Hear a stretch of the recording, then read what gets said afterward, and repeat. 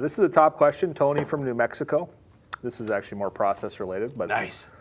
are there any special instances / circumstances where you would choose not to sell some of the top end of the risk range and let something run for a bit? Only a quad 2 problem I seem to have recently is not letting my winners run enough.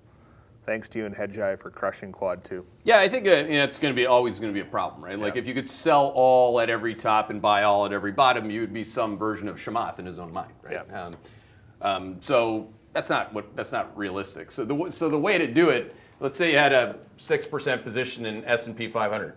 So you go minus 0.25%, 25 basis points. Maybe today you sell 0.5%. Now you're at 5.25%. That's how you do it. That's why I say you sell incrementally. The main reason why people run out of bread to feed the ducks is that they don't have the conviction to go big enough when they're at the low end of the range. Yeah. So that's actually part of the real problem here, is that you didn't buy enough sometimes. But sometimes you did buy enough and you're just saying, hey, look, if I could sell it all right at the literal top, could I?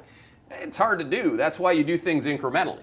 This concept has actually helped me a lot because for whatever reason it gives me more comfort. And I'm going to give you an example. So, as I said the other day, I like to kind of buy things to try to understand them. So like 4 years ago, I bought all these cryptocurrencies. Not a lot, but bought a little. Kind of top ticked the market, but I bought this one called Ox. I have no idea what it was, and I forgot about it. Right, it was in this other crypto account. Then I was like, I remember that account. I remember that. So I go back to it. And I'm like, holy shit, this thing's moved. And then yesterday, this Ox, whatever it does, was up like 75%. I'm like, now what do I do? So I sold a little, and I just felt better for some reason. But so I think there's a new investment strategy here: buy and forget.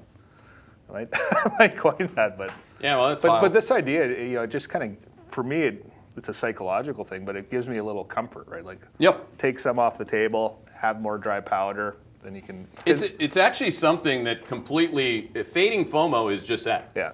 It's at the top end of the range. FOMO works both ways, right? Like people are chasing at the top end of the range because they have FOMO, and if you're your former self and don't have a process to A, size your positions with a rules-based system, B, incrementally add and subtract to those positions with a rules-based system.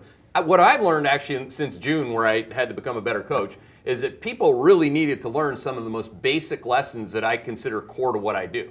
So what we did, or what I did, even teaching my own teammates, is that, hey, signal matters more than everything else. Timing and sizing is a function of that. Then we get into the fundamentals, whether it be the company pod or the country quad.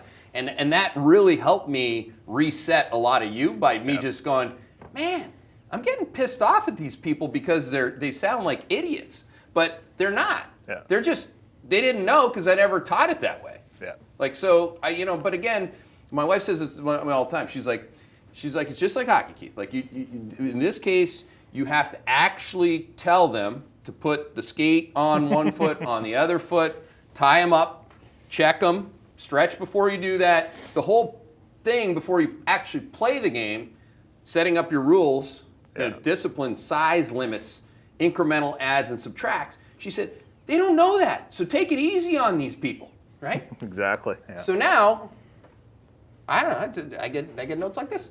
Yep. This is better than this, right? This is bad. This is good. For me.